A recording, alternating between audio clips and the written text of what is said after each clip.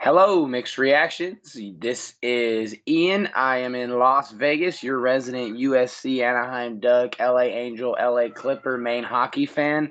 And I'm here with Merritt, Casey Merritt out of Old Town, Maine, your resident Bruins, Celtics, Cowboys fan. How you doing today, Casey? Why do you always leave the Cowboys for last in that scenario? You didn't even mention the Rams in your intro either. I think I did. You did not. We'll you know what? I think what you're trying to do, you're just trying to get away from talking about the Dallas Cowboys. You could be right. You could be right, and that for good reason. No need to even sugarcoat it. Let's get right into that. Dallas again this week.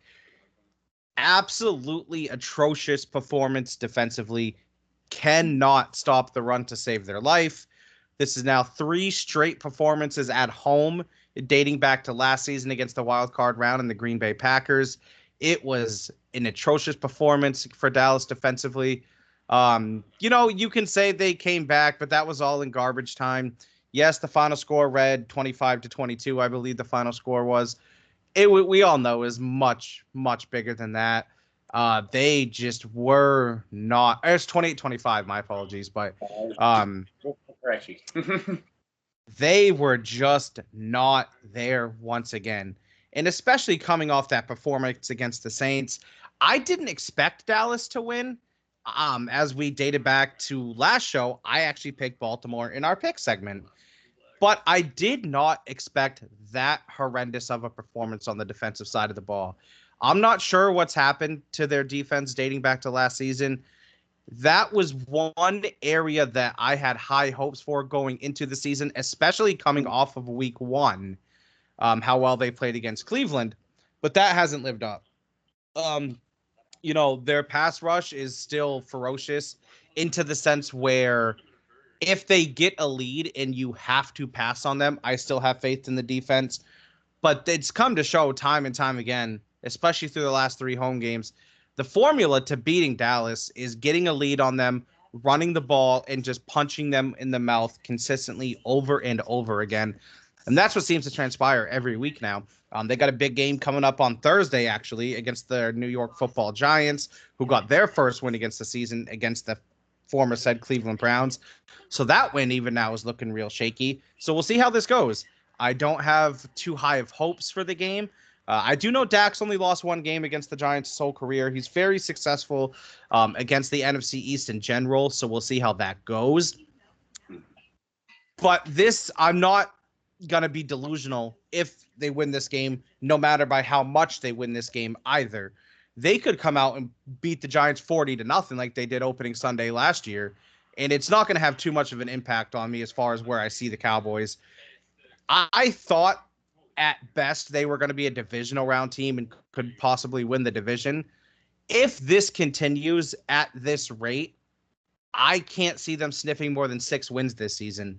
They cannot do anything defensively right now, and they're taking away what Dallas does best defensively, which is rush the passer and cause turnovers. When Dallas doesn't get that lead, that defense is just... Bart Scott said it best when he played when the Jets beat the Patriots in the 2010 wildcard round. They can't stop a nosebleed. And that's how it feels right now. Derrick Henry ran all over us. Alvin Kamara ran all over us. Again, I don't want to keep harping on last season, but in the wildcard round, Aaron Jones ran all over us. We have no interior defensive tackles to be able to stop the run. The pickup from Buffalo, Jordan Phillips, looks like he's been a bust. Mozzie Smith, their draft pick last year, looks like he's been a bust. I'm not too happy with what's going on in Dallas right now. I'm more annoyed at what Jerry Jones said after the game. Oh, we couldn't afford Derrick Henry. Jerry, you could have afforded Derrick Henry had you paid Dak and CD in July rather than waiting till September. But no, you wanted to push it to the very last minute because you're Jerry Jones. It's just getting more and more frustrating. I know I said that I'm not going to let anything they do sway me in the regular season. That was more on a positive standpoint where anything they do, I'm not going to let it affect me positively because I know how the outcome looks in the postseason. However, how atrociously they're performing on the defensive side of the ball has swayed me to a point where I don't feel they're going to make the playoffs this year at all.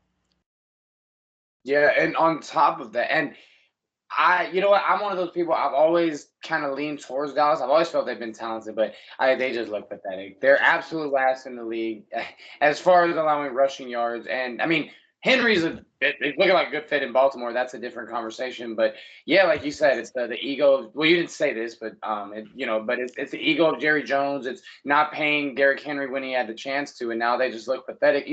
I was gonna message you during the game because I was like, you know what? It seems like I don't really remember. It seems like when Dallas is behind, they get. Well, I mean, they came back, like you said, they outscored them 19-0 in the fourth quarter. But normally, it seems like when they are behind, their defense gets worse. Normally, like when they're behind, they get throttled. I mean, we saw it They're a against. completely different team when they're ahead and when they're behind. I don't understand it. I don't get it. When Dallas is ahead and up 2 scores and playing well, and you're watching them, say if you don't know much about football, right? You just sit back, turn a game on, and you see Dallas is up 10, and then they come out, you're gonna be like, wow, this has to be one of the top teams in the league. And then when you vice versa, when you swap it around, when they're down 10, you watch and you're like, wow, is this team even an NFL team?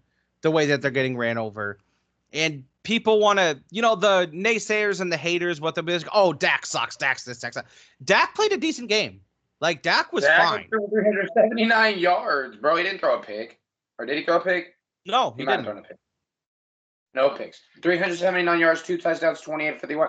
They're letting him sling that rock. I mean, you compare it to only 15 passing attempts for Jackson, but I think it's the people really that don't watch football. Dak really hasn't been the problem over the years. Like, it's been one thing or another. I mean, like last year, I mean, yeah, he came out and threw some picks, but he's not their problem. I've never thought he was there. I've never looked at the Cowboys and been like, damn, they need to get. It's the same way people looked at Romo and was like, damn, he's like.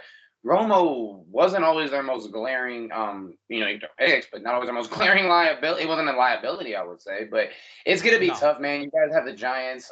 They're coming off of a big win, dude. You know what? I will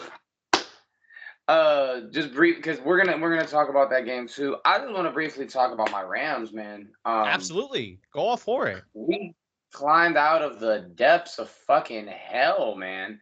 Almost to the point where I was 13-3 coming down without your 2 best receivers too, Ian. I just want to throw that in there really quickly. That was impressive. Extremely impressive win for the Rams. Yeah, you could say, 49ers didn't have McCaffrey, didn't have Debo, didn't have George Kittle, blah, blah, blah.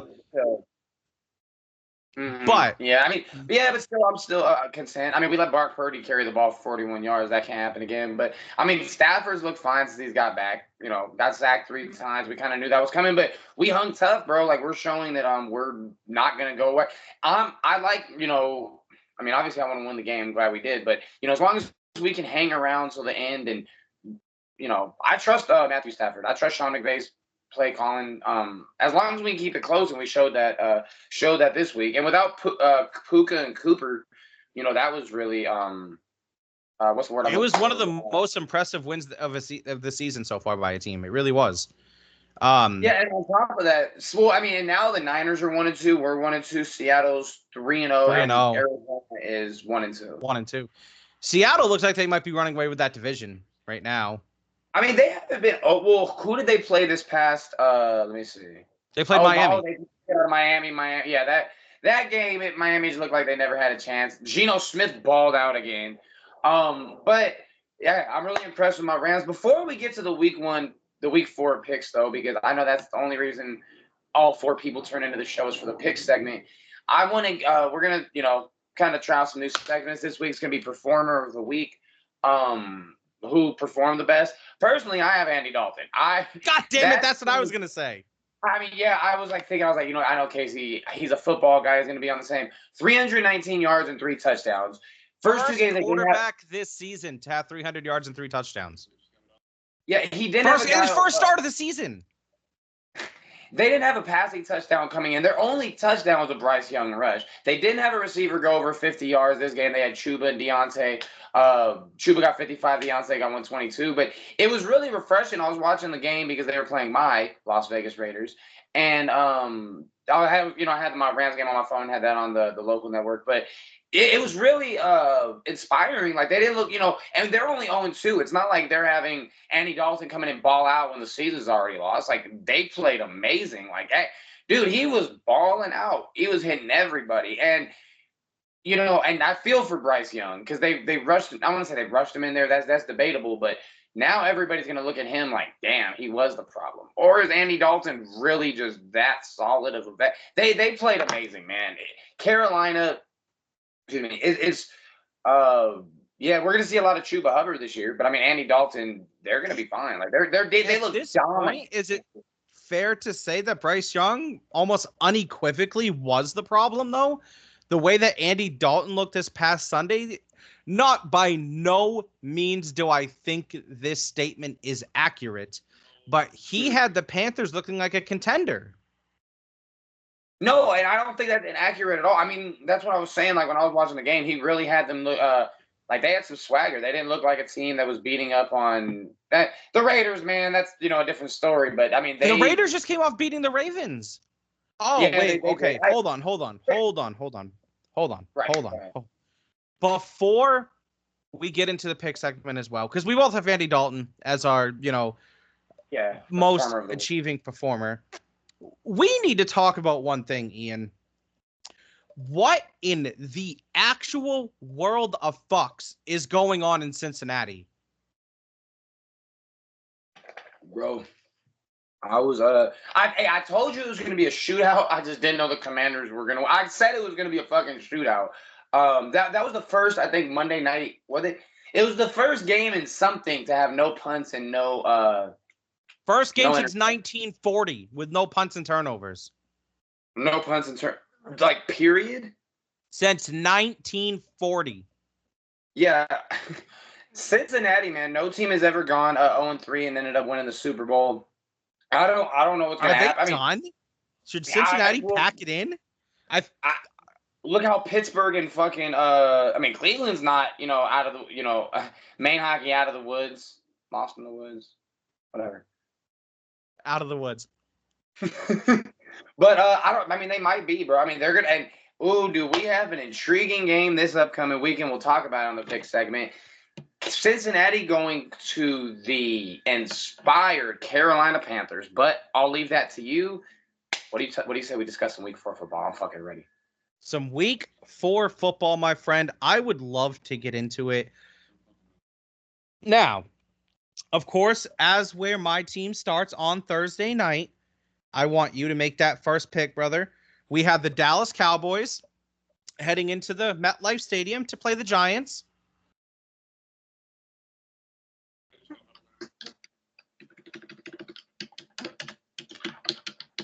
Sorry, just creating the table. I'm very poor with that. But I've actually got the Giants. I think Dallas looks really shitty. I don't think they turn it around.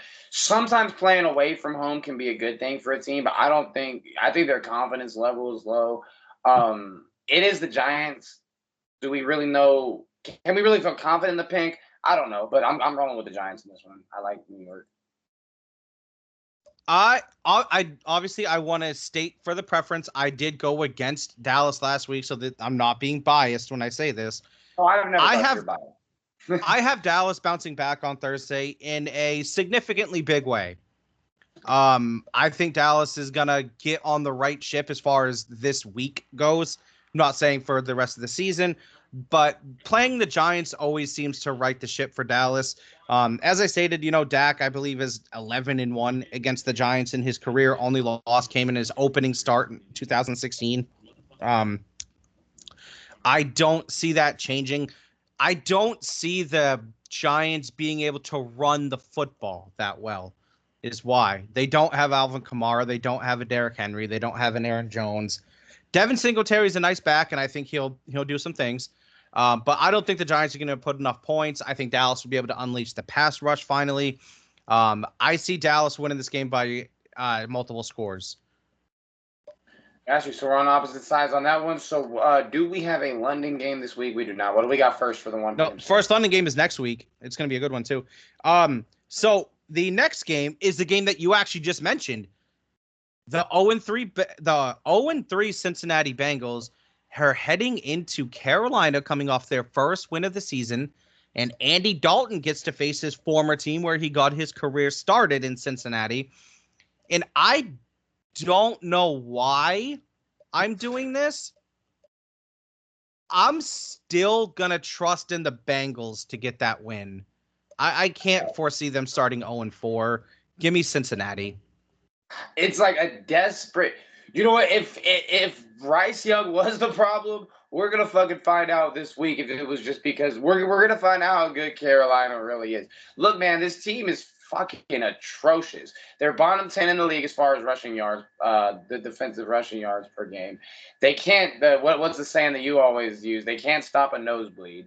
Carolina looked absolutely ridiculous last weekend. I think the receivers are playing with confidence. Give me the Panthers. Going with the Panthers. So on the opposite sides of the fence on both games so far, Mr. Blackwell. On the next game, this is a really tough NFC showdown. We have the recently defeated New Orleans Saints, who somehow lost to the fucking Philadelphia Eagles, are heading into Hotlanta to face Kirk Cousins, an Atlanta team who a lot of people argue should be 2-1 if it wasn't for the refs. Kind of got cheated last week against the Chiefs, but hey, the Chiefs are the new Patriots, so that's what's going to happen.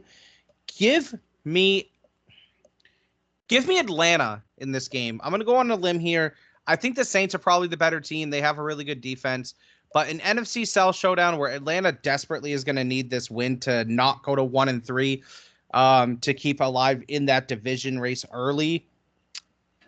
Give me the Falcons.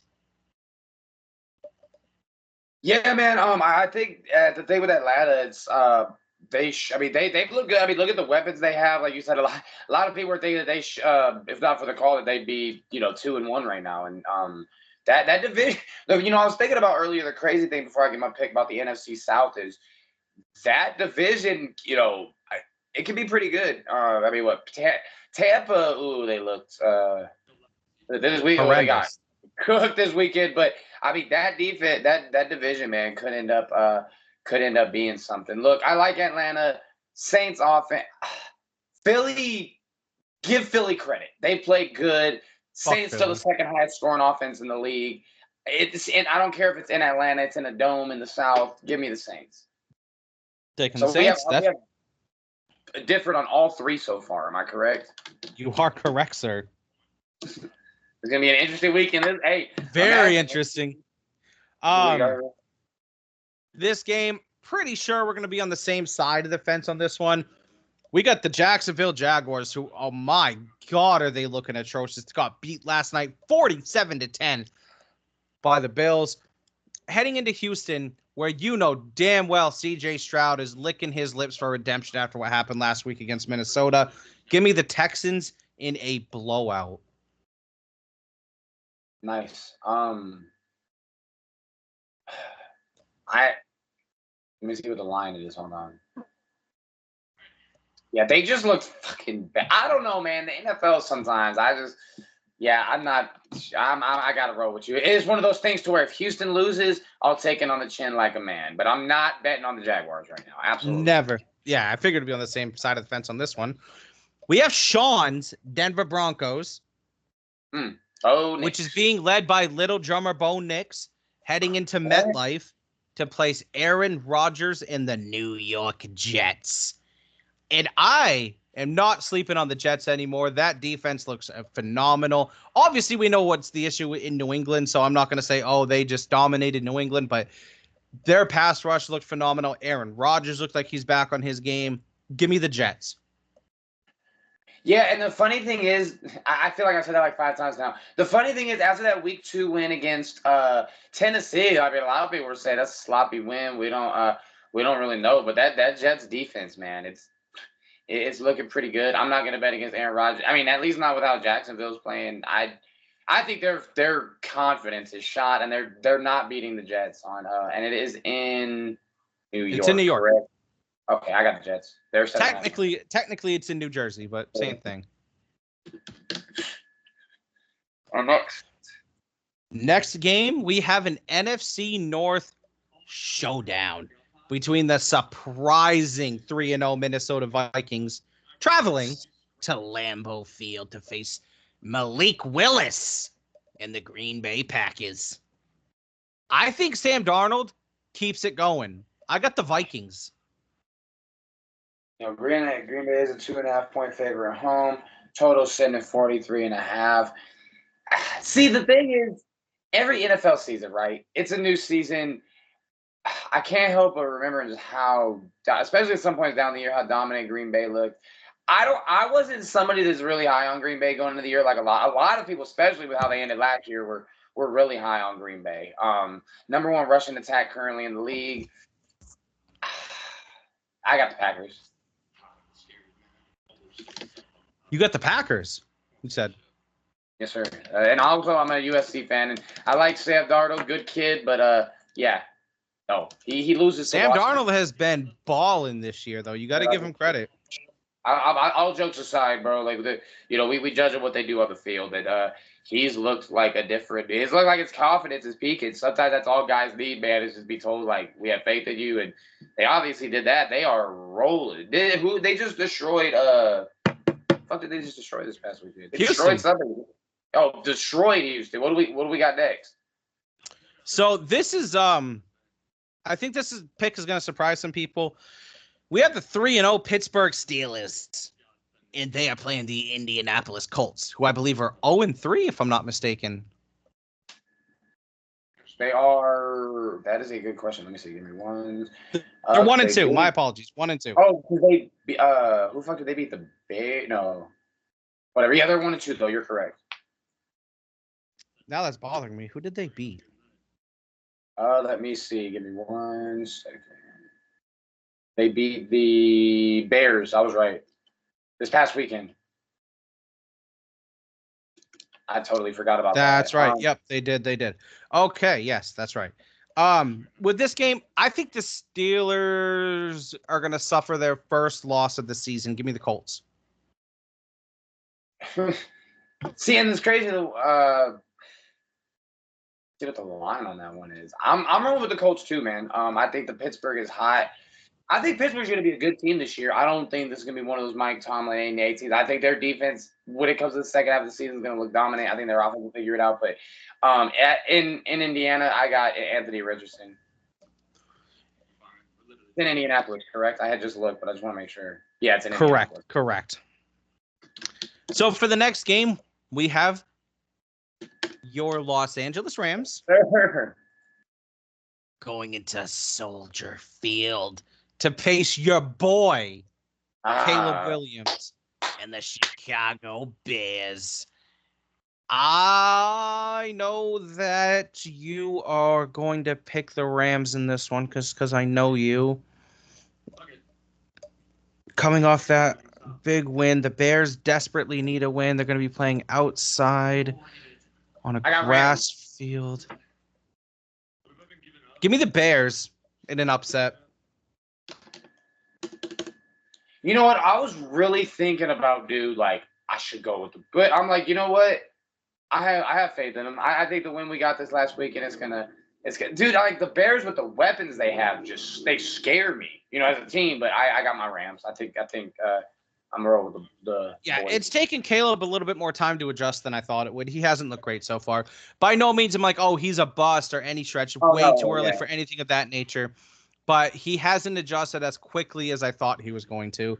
He's definitely had his struggles. And before, he has, and especially the first thing is they won the game. But what I wanted to point out before we go on to the next game is I think C.J. Stroud, his rookie year, crazy, and we're starting to use, I think, him as not what you just did. Like you said, he's not. I don't think that's necessarily a comparison to Stroud. I was talking in general. I think a lot of the criticism that Caleb Williams gets is because we saw what C.J. Stroud did last year, and if you don't come in and immediately become the face of the city, then it's I'm gonna say you're seen as a buzz, but you don't. The bar is set a lot higher now. Is all I'm trying to say. It is, but to be fair, look how well Jaden Daniels has been performing. Balling. So for the next game, you can go first on this one because I've gone first on quite a few of them.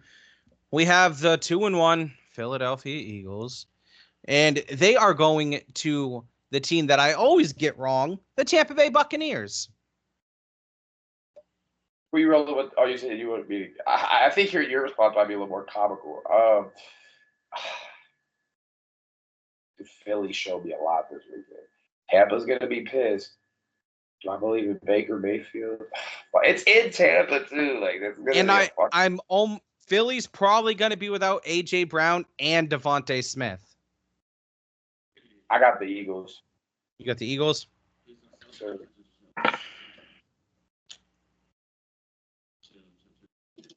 Give me the Eagles too. I know it's one of those things, dude. Like I'll give my reason in a little bit. It's like Tampa's look really good at times. Don't get me wrong, but I mean they just looked atrocious this weekend. I'm rolling with the Eagles. I think the way that they actually found a way to pull out that win, man, it was on the road. It was on the road, right? This past weekend in New Orleans. Yeah, it was in New Orleans. Yeah. I was watching a little. I was keeping up with it on the side. I'm pretty sure they were at home. But yeah, no, I mean, and I think the confidence they got from getting that, and the Saints were flying high, man. Like they were The Eagles shut that shit down and won the game. I think the Eagles do the same thing. Go to Tampa this weekend. I think the Eagles are going to be the class of the NFC. I mean, shit. What about Washington? They're what 2-1 now. Yeah, Washington's 2-1. I think with the whole Washington thing, I wouldn't not ready to call them anything as of yet. Still way too early in the season. I think a lot can happen. But as far as this particular game, yeah, give me the Eagles as well. I definitely have a feeling that it's going to be a low scoring type game, especially if Brown and Smith are both out. I got a feeling it's going to be a run heavy game. Look for Saquon Barkley to go over 120. If that's going to be an over on a parlay, I'll be taking. Want to talk about that in a minute here. Definitely give me Philly in this one. But I will say I normally get the Tampa games wrong, so here's hoping to that. Our first 4 o'clock game, my good man. I wish Justin was here for this one. We have his New England Patriots going into the surprising 1-2 San Francisco 49ers. And surprising in a bad way, so I'd just say disappointing so far, San Francisco 49ers.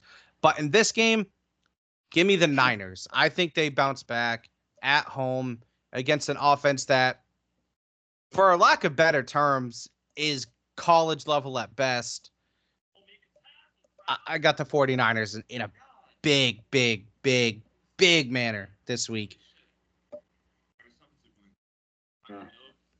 I don't know. I mean, one thing I've always got to learn is it's just NFL. You don't really kind of cliche, but you just don't know. But I got the Niners. We're not picking against the spread. We're picking straight up. And while I think New England can, especially with the way their defense can play at times, can certainly maybe put up a little bit of a fight, I don't think they get the dub. Not against a pissed off 49ers team. That's exactly my thoughts too. So speaking of those Commanders, Mr. Blackwell, this week they're traveling to Arizona. I don't know. The Cardinals are 1-2, but they haven't looked awful. I mean, just dating back to 2 weeks ago, I mean, I know it hurts to hear, but they kicked the dog shit out of your Rams. And I think they're going to get a surprising win here. Give me the Cardinals over the Commanders. Yeah, and I'm digging it. I'm digging it. I'm feeling the Cardinals as well. Main reason because Washington already about the middle of the league and stopping the run. They haven't had to deal with somebody like Toddler Murray yet. I think the Cardinals pull out the win. I think Marvin Harrison Jr. is just different. I don't think it's necessarily a blowout. This is actually a game I'm really looking forward to, but I've got the Arizona Cardinals. Yeah, definitely the Cardinals. And the thing is, yes, I mean, the Commanders played great offensively this past Monday night. But as we stated earlier, there was no punts, no turnovers. There was nothing to speak of in that game defensive-wise for either team. So we're not here saying, oh, the Commanders are a lockdown defensive team, because they are far from it. So I think in this type of environment, they're riding that high now after coming off that win. So I'm going to think that they kind of get, I don't want to say humbled, but knocked down a peg in this game. So definitely give me the Cardinals. Hey, I have a question. So, with no points and no turnovers, that means either a field goal or a touchdown, or does a missed field goal not count as a turnover? A missed field Does goal it? would not count as a turnover. Oh, okay, got it, understood. Wow, that's still insane, though. That means every drive got into scoring position at some one point or another somehow. Yeah, like no drive ended with a boring ass. Wow, that was not. Wow, those two games last night. Stark contrast. Next game, we have the 3-0 Kansas City Chiefs heading into the Los Angeles to play the Chargers. Now, Derwin James out for this game. Give me the Chiefs. Plain and simple, just give me the Chiefs. No need to say more. Kansas City going into LA as an 8.5 point favorite. I know Sean said earlier in the group chat, Kansas City is not the best team in the NFL. I don't listen to anything Sean says about the Chiefs. No offense, I love Sean to death, great guy, but I don't listen to anything he says on Kansas City because he is the world's biggest Chiefs hater. So, I mean, because the way I see it, okay, and I'll get my pick in a sec. You know what? I'm going Chiefs. I think it's gonna be close. I'll go Chiefs. But we'll just go through the 3-0 teams. You have Buffalo, Pittsburgh, Kansas City. That is it. And Minnesota. Sorry. Sorry. Seattle, Minnesota, Kansas City, and Buffalo. Pittsburgh, and Buffalo. Sorry. Um, I mean, Seattle hasn't done anything overly impressive. The Chiefs, granted, they beat, Baltimore's 1-2 now, but it's still the Ravens. In week 2, the Chiefs beat, who do they beat? The Bengals. The Bengals. And they've beaten the Ravens, Bengals, and Falcons. We'll find out how impressive the Bengals win is later in the year. But, I mean, come on. Oh, now the Vikings, I guess you might be able to make an argument for as of, body of work. But there's nothing really to suggest at this point that the Chiefs are overrated. Like, they've won all the games they've played in. The Bengals game, they won by what, 2 possessions? It was close, like going back and forth, a lot of it. The Bengals game, they won by 3. Yeah. But, I might lean toward Minnesota, but I mean, there's nothing to tell you, oh, damn, this might not be the Chiefs. I mean, no, they're still the best team in the A. I mean, I don't think Pittsburgh's going to have to make me a believer. Yeah, Buffalo went into Miami when they still had Tua. Yes, they ended up beating Jacksonville, but I mean, we saw how bad Miami looked yesterday. We saw how horrendously bad. I mean, the Jaguars don't even look like a good team. But what do we got next? I'm sorry, I kind of rambled on. No, you're good. You're good. So, the next game is we have Deshaun Watson in the Cleveland Browns heading into Vegas to play Ian's Las Vegas Raiders. I don't know, man. See, the thing about the Raiders are 1-point favorites. Who do the Browns not have for the Raiders to be a 1-point favorite against the Browns? Let me see injuries. The Browns Nick Chubb's still out. Yep.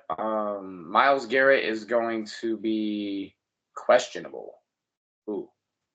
Njoku still haven't released an update on his condition. Conklin is questionable. So I mean, they have some things that are Conklin on the offensive line they're going to go against them. But I mean, the Raiders. The thing about me with the Raiders, bro, Antonio Pierce.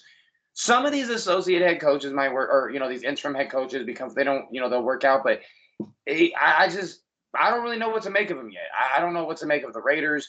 I mean, just feed Devontae, I guess. You know what I mean? But how much time are they? I think it's a rough situation for the Raiders. They're 1-point favorites at home, but I do not think the Browns lose this game. I got Cleveland. I have Cleveland as well. Coming off that loss to Carolina, I guess you could say that the Raiders should be motivated. I do like Antonio Pierce as a coach. I feel like he's treading that team in the right direction. I just don't know if they have a quarterback that's going to be able to bring them there this year. You're right on the feed Devontae part. That's one thing that they really need to and should be doing consistently. I just don't know if they have the skill set to be able to get him the ball consistently. I like the Raiders. I'm sorry, the Raiders. I like the Browns in this one. This is one of the games where I wouldn't be surprised either way. Like, I wouldn't be surprised if the Browns go out there and get shit on. I wouldn't be surprised if the Raiders go out and just absolutely lay another egg. Like, there are so many factors to this game that I wouldn't be all too surprised if anything on it. It's one of those games that's a coin flip. Got you. So we're both going Browns. And I think I know what game comes next. The Buffalo Bills are heading in to a team that I am not too fond of right now. They're heading into Baltimore to play the Ravens. Obviously, the Ravens are coming off that win against Dallas, which, kudos to you. You beat the worst team in football. Give me the Ravens, actually. I think Buffalo gets their first loss of the season. Give me the Ravens. And we were talking about a little while ago who the best 3-0 team. The Bills have a plus 64 point differential this year. The Ravens, yeah, but 37 of that came last night against the fucking Jaguars. Right, yeah, so it's a bit skewed. But no, I say all that just to say, look, man, the Ravens are looking strong. They are a 2.5 point favorite at home. I don't think they're getting enough respect. I think Ravens big. I think the Ravens shit on Buffalo this week. Damn. Okay, so you got the Ravens in a big one. I like that. Nothing wrong. I think it's going to be a good game. By $8,000. Now, there's 2 Monday night games. One of them, the first one I'm about to mention, is not even worth the Monday night slot. I know why they picked it, and it's because of when obviously Tua was going to be healthy. But we have the Tennessee Titans heading into Miami to play the Dolphins. Just because of how atrocious the Dolphins quarterback situation is, give me the Titans. But I don't know. Like, this game could go either way. Both these teams are atrocious right now. Dude, I don't really know. Like, Miami's quarterback situation. I was kind of rolling with your thought process. Tennessee already has the third best passing defense in the league, and Miami doesn't know what they're going to do at quarterback. Miami just played the best pass defense in the league in Seattle, and we saw what happened. I don't think it gets any better. I don't think just because they're. I think when they're at home, it's going to be worse. I think what the fuck? Skylar Thompson's going to get booed all the way back to his. With how expensive it is, they're probably like his 1-bedroom condo or something. But I think the Dolphins get fucking floored. I don't even think it's close. Okay, so you got Titans in a big one then. Yeah, same thing with the Ravens game. I think it's a blowout. But this next game, I'm really looking forward to. This is the Monday night game that everyone is going for. We have them same surprising 3-0 Seattle Seahawks heading in to the town of Eminem and the Detroit Lions. I think this is going to be one of the best games of the year. And I think this is where Seattle will suffer their first loss. Give me the Lions. In a close one, though. I think it's going to be a good game. I think it'll be a good game, too. I could see some back and forth. But look, man, coming into the season, and you know what, we'll disregard the Lions' loss against Tampa. Me too. Whatever. Tampa played a good game. Hats off to them. I think it was in Detroit as well, if I'm not mistaken. But look, man, the Lions look good, bro. That's one of those teams that I was nervous about because I'm like, when everybody is on, and when a team finishes the season really good and then going into the next season, oh, this team, look how good they fit. I'm always a little timid to jump on them, but no, I think the Lions are gonna. I think their offense is gonna look good. I think Seattle is good enough defensively to make it a game. I don't think it's going to, I think one call can go one way or another and sway the game. But I got Detroit by 4. Yeah, that's fairly safe pick. Like, I can see that absolutely happening. I agree with you. I think it's going to be back and forth. I think Detroit sniffs it out in the end. Now, we had a lot of different picks in this game, but we kind of leveled up towards the end there and kind of had the same in a lot of these picks here. It's kind of shaping up to the point in the season now within the next couple of weeks where we're going to be figuring out who is really what. It's hard to determine in the first couple weeks of the season. But yeah. I say all that to ask you this. What is a team that is 1-2 that you feel is going to make a change as far as they're going to get the ship corrected? And what's either a 2-0 or a 3-0 team that you feel is not as good as their record indicates?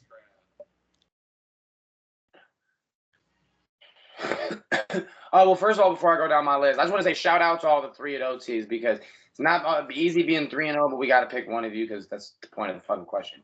So 1-2, the team I think turns it around, and it's got to be Baltimore for me. I don't see that's the safest bet. Some other teams I like I like Carolina, actually. I really do. I think they looked really good this weekend. I think that they're gonna catch some teams off guard. But yeah, no, I got Baltimore, bro. I think that they're gonna figure it out, and they're gonna Pittsburgh. I think they're good this year. I don't think that this is gonna be another 8-8 year, but I think it's ultimately gonna be Pittsburgh and Baltimore challenging for that division. Maybe Cleveland gets their shit together to challenge for a wild card spot, but I think Baltimore. We're gonna look at the end of the season and forget that they were 0-2 to start the year. I don't disagree with your logic for picking the Ravens. If I had to pick just a single team that is 1-2 that I can feel turn around, I got to go with the 49ers. Like, I think once they get healthy, once McCaffrey's back, once Kittle's back, once Debo's back, and they're in the full swing of things, so they still have a ferocious defense, I think they're going to be fully in the mix of things when the season concludes. My answer would definitely be the 49ers. As far as a team that's, I don't believe they are as good as their record indicates. We just said shout out to Pittsburgh, but it's got to be them, right?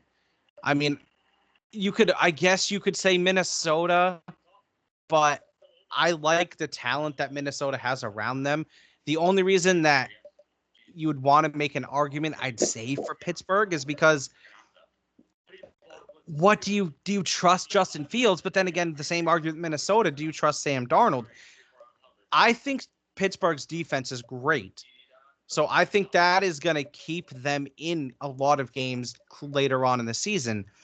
I don't know if that's going to be the same for the Vikings. I think we need to see them both in a shootout type game to get a better judgment on it. But if I had to say as of now, I agree with you. I would say Pittsburgh. Yeah, and it's hard, bro. Because like I said, I think they're gonna be good, but I think Buffalo is gonna. I mean, New York might challenge them. I think Buffalo's gonna run that. It's sure not gonna be fucking Miami this year. And that's another thing about the Tua thing. That just created. Well, have the Bills in Miami. Oh yeah, the Bills beat the piss out of them. That just created 2 free wins for Buffalo and New York. You know what I mean? So I think the door is wide open. For the Bills to run they're my best. Or sorry. They're one of the 3-0 teams I think has more potential. Best 3-0 team that I can comment and put money on is Kansas City, like right now. Just because I've seen them do it before. They haven't had any massive overhauls. They obviously added Steele. But I think they're going to turn. And Xavier Worthy, man, that dude. We're going to see. He's going to be one of those guys to where everybody's going to game plan because they know about his speed, but he's going to have 1 or 2 games where they just can't figure it out how to stop him. Like, that dude is ridiculously fast. With Xavier Worthy, right? If he can develop into 80% of the receiver that Tyreek Hill developed into, then I think that they are going to be dangerous. Like, they're already dangerous because they're the Chiefs, right? But if you can give Patrick Mahomes another, not just speed demon, but a true elite receiver that also has that level of speed. Remember when Chad Johnson used to say, kiss the baby? You can basically kiss the baby on anyone else for the rest of the season, barring injuries, of course. Because Chiefs defense is top 5. And if they can consistently put up points as well, I don't see how they'll lose more than 2 or 3 games all season and then cruise to the 1 seed and just get right back to the Super Bowl. And speaking of the Chiefs, man, when it comes down to the show, time is going to tell. Where there's a lot of, we still have 14 games left. There's so much football to be played. But it's one of those things to where, dude, like I still feel like let the 49ers fuck around and get healthy and end up in the, in the Super Bowl again. The only team, like, I'm not gonna lie, like the Bills, right? Like the Ravens, we've kind of seen them choke in the big games, but they're only really one. They have the talent. It's not like the Bills don't have the talent, but I don't really see the biggest. Who would you say is the biggest? Because I know you're big on the Chiefs and it's not being by you. You've been right. You've been on the Chiefs ever since Mahomes was really started doing his thing, and you've never wavered. And now they have 3 Super Bowls to show for it. Who do you think is the biggest threat to Kansas City? Like, do you think they're the favorite right now? I guess is my question. Yeah, absolutely, they're the favorite. The biggest threat to them, are we talking? Man, The biggest threat to the Chiefs. That's a really good question. I The biggest haven't. threat to them winning a third straight Super Bowl. Like, it could be AFC, NFC, doesn't matter.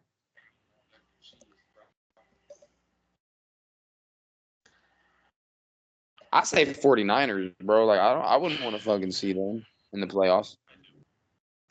But they have the I mental mean, edge at this point, I think. I really do. the 49ers, you think have the mental edge over the Chiefs? Oh no, I'm saying I think the Chiefs at this point having being the same coach twice in the Super Bowl, like it's gotta fuck with you. I mean, that's damn near worse than the Bills losing. Like you lose to the same man, you gotta shake the same man. Like I mean, the 49ers just might not mentally be ready to play the Chiefs in the Super Bowl. Like I think it could be, I don't like counting in the intangibles and the X, but when it comes to the Super Bowl, like, I think pressure and shit comes in. Like I judge pressure and stuff a lot more in a game like the Super Bowl than I do other games. I know they're pro Yeah, me athletes, too. but I certainly in a game where it's fucking like 3 billion people. Yeah, hell yeah, dude. You know what I'm saying? Are we judging it based on just what we've seen so far this season? If that's the case, I'd have to say Buffalo. Now, of course, they've played Buffalo 3 or 4 times in the playoffs now, beat them every time. It's I don't know. I really don't. I don't think there's an answer to that until they struggle, until they show me that they truly have an adversary. It's tough to say that I feel any team is a real threat to them. But for the sake of the question for right now, I guess I'd say Buffalo. And I don't want to ride like, oh, Kansas City, they're, the best team ever assembled. But I just, I don't think there's a lot of really good teams in the NFL right now. Yeah, and that's another thing I was gonna say as well, because I feel like, okay, let's see, the last five quarterbacks to win the Super Bowl: Mahomes, Stafford, Brady, Brady, Foles, that's it. and then who was Oh, before Foles? Oh, uh, Peyton Manning. Peyton Manning. Really? So it's like, but yeah, dude. I mean, and the only team, it's been like the same team. It's been the Chiefs. What, 3 out of the last 5, or whatever. And then we had the Patriots, obviously, and it just feels like it's a bunch. What I meant to say was, would you look at the good teams in the NFL right now? The Ravens. They don't. This current Ravens team, and John Harbaugh has a Super Bowl. He knows what it takes, but they don't have any experience in the Super Bowl. The Bills, with as good as they are, they haven't made the Super Bowl. The Bengals have made the Bengals. A lot of people were thinking that was the Chiefs' biggest threat because that was the only dude that's ever beat Patrick Mahomes in the playoffs, and they're 0-3. There's nobody. The Niners, they keep getting there, they keep choking. What's another team? I mean, the Eagles won one back in 2018, and I And they think, they but they went back to 1 2 years ago, and who did they lose to? exactly. The Chiefs, like, it is all coming, full circle. The Vikings. I mean, are we? It's like all these teams. The Steelers, like, dude. I mean, Steelers definitely have a defense that can, championship defense. I think they can. But it's just there's nobody that's really like I don't see it, dude. Like I don't. I don't see no actual like the Chiefs have the mental edge, they have the experience, they have the talent, they have the coaching, they have the fucking one of the greatest quarterbacks ever. It's hard, dude. It's gonna really take the Chiefs are gonna okay, you know what? I'll take that back. There are probably some teams to where the Chiefs could play their A game and the other team plays their A plus game and wins. Nobody's beating the Chiefs if the Chiefs are on because they have Patrick Mahomes and, Exactly. and the best play caller in the NFL who has his core. 100% agree. Like and speaking of that, man, do you even think Donovan McNabb would have been as good as he was if he didn't have Andy Hell Reid? no. No, Andy Reid is one of the best play callers the NFL has ever seen. Now, That dude's don't get me wrong. hilarious. McNabb was a very good quarterback and did well. But without Reid, no, they made what? 3 or 4 straight NFC championship games? Had Donovan McNabb looking like the goat out there, bro. Oh my god, he's just Like such a they're great. Yeah, agreed. It's so different. He's a different level of offensive mastermind than 98% of the league. And the crazy thing is, and you just kind of get up, but they always, he seems like such a funny dude with the commercial he does, man. They always say good guys finish last. Like, he has 3 Super Bowls, man. Like people, was he's had Mahomes. So is that what you're supposed to do? Is get your best player and maximize it now without Reed? Do you think Mahomes? I mean, Mahomes' talent was gonna be like. Do you think he would be what he is now without Andy Reid? Talent-wise, yes. Success-wise, probably not. So well, and I'm not trying to put you on the spot. So when you say talent-wise, yes, you don't think that I guess talent's something more so I guess that you have and what you could do, but you don't think that being with Andy Reid, he's developed things that he wouldn't have elsewhere. I mean, because like you said, Andy Reid's an innovative genius, and you don't think Andy Reid's kind of helped him in that area too? I No, guess that's is a what good I'm. way to look at it. No, that's a completely fair statement. That's a great way to look at it because you're right. Andy has developed players over the years, and I think that obviously Patrick Mahomes is the most talented player that he's ever coached, and obviously Andy Reid's the best coach that Patrick Mahomes has ever had.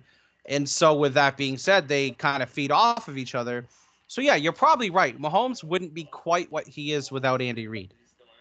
Now, that being said, he'd still be a phenomenal quarterback with or without Andy Reid. He would still be phenomenal. Like, okay, without Andy Reid, I still think we look at him more highly. I mean, that's the thing, man. Football's so tough because there's like with football, there's so much different shit that goes into it. I think more so Absolutely. than It's any the other sport. ultimate team game. No question. But I think personally, I'm not gonna say a little. I think we would look at him more highly than Josh Allen and Lamar and all those guys. But I don't I think think we he'd be more on would. their level. Yeah, it would definitely, I think, close the gap a little bit, but I still think we would look at Mahomes and be like, all right, it's him and then everyone else, I think. But I think Andy Reid has, um, yeah, and then the success Mahomes has had too, man. Like, we're gonna have to start. It's just so, and that just makes you realize how great Brady is, bro. It's like, fuck, he's still trying. Like, look at the success Mahomes has seen the last 6 years, and he's still like not even halfway to Brady. It's True, but he crazy. has a long way to go in his career. It's 5 to, You know, you you know what gotta I you mean? gotta think Like, about it like this, man.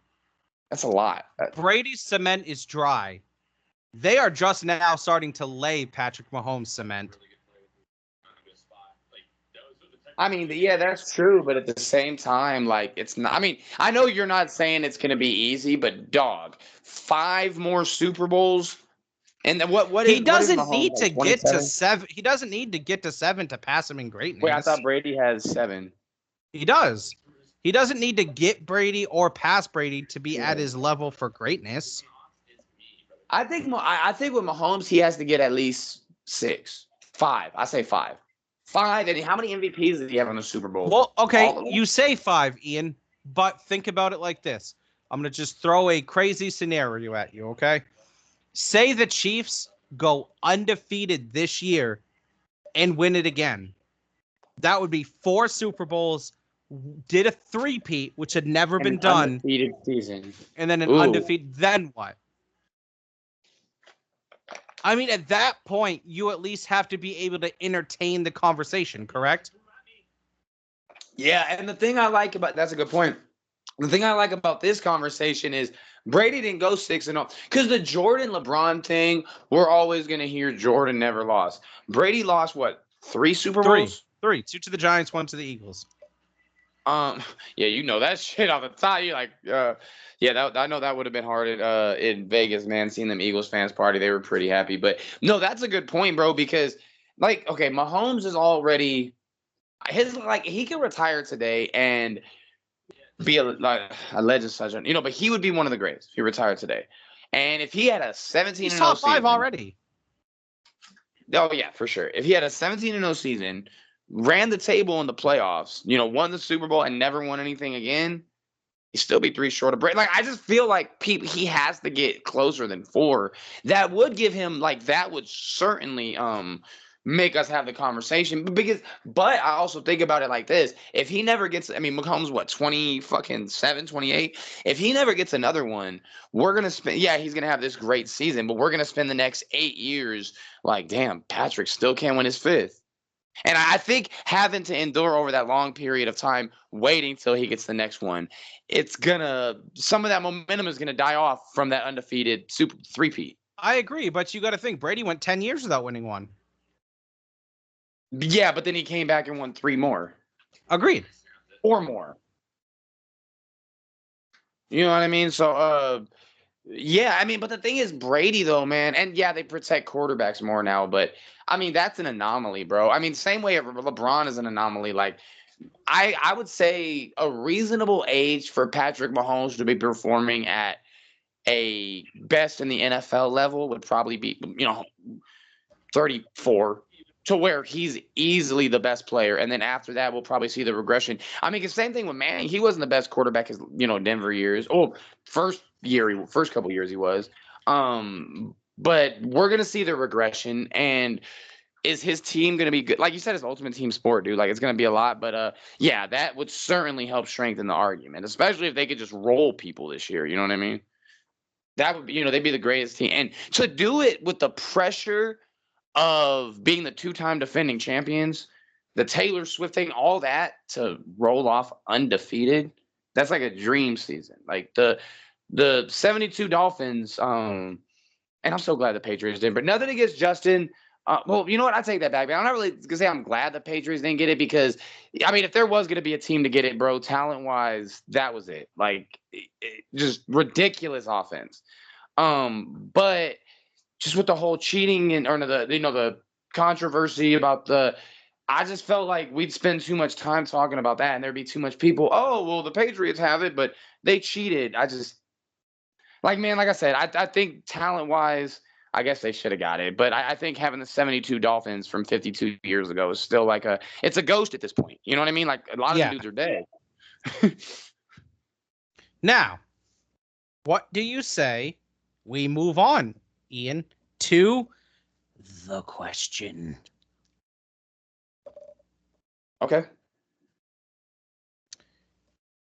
My question to you, Mr. Blackwell. What do you feel is the best job in sports? Non-athlete. It could be athlete because that's a job. So it could be anything.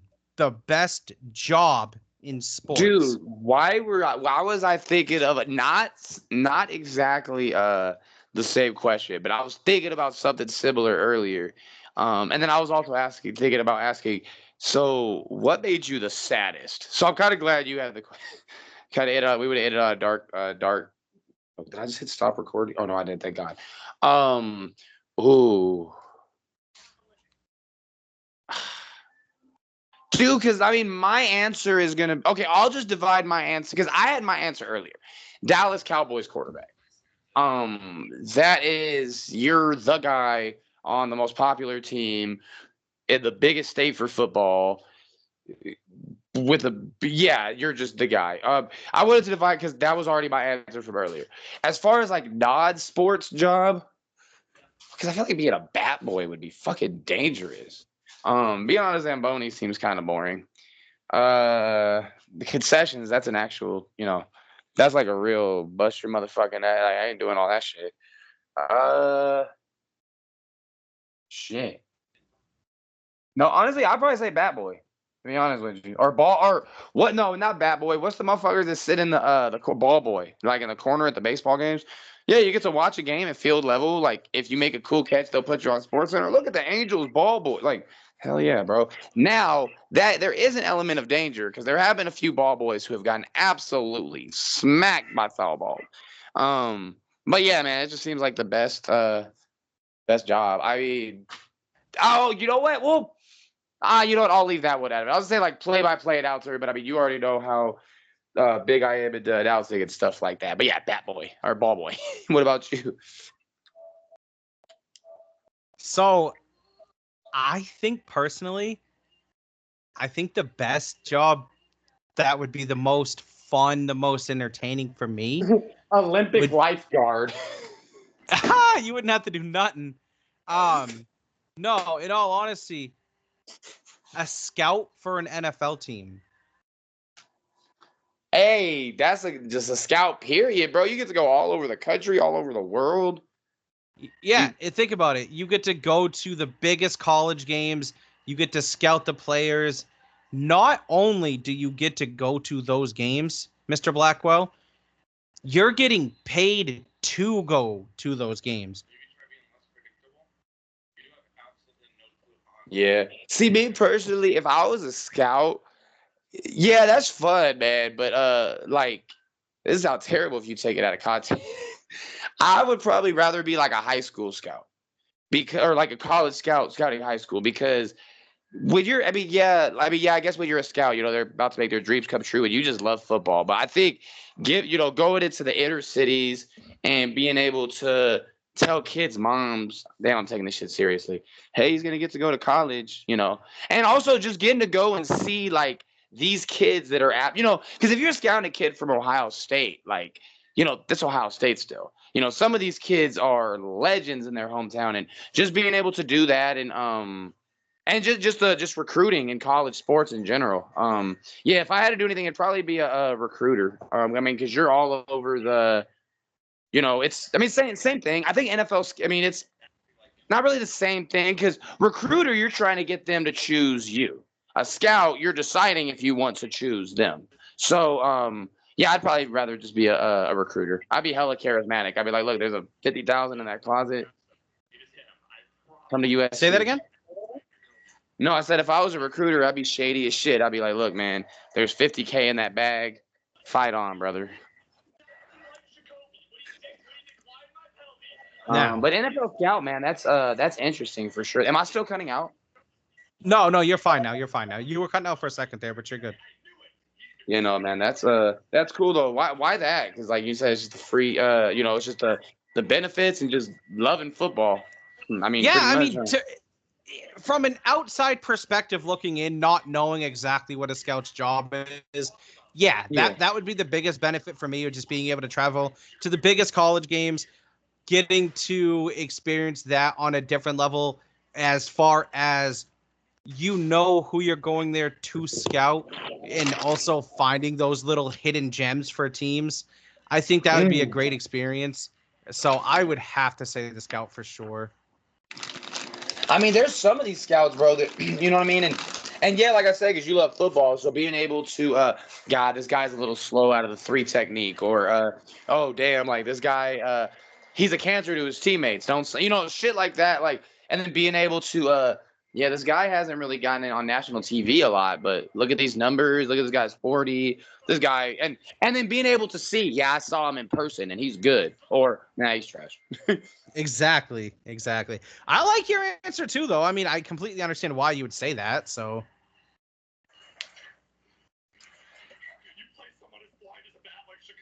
I'm about to go get cooked in Madden. Hey, I have a humble record of 14-21. there you go.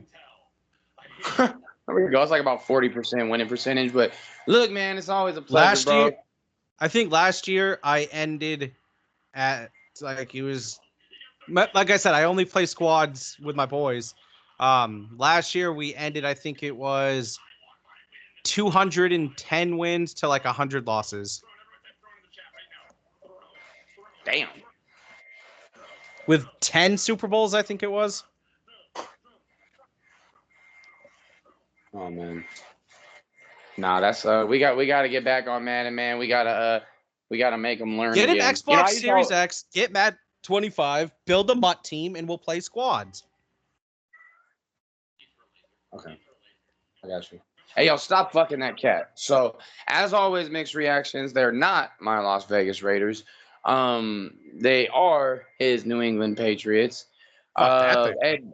And shout out to Justin Bed. Looking forward to seeing you next week, bro. As always, everybody, I'm Ian. He's Casey. Signing out.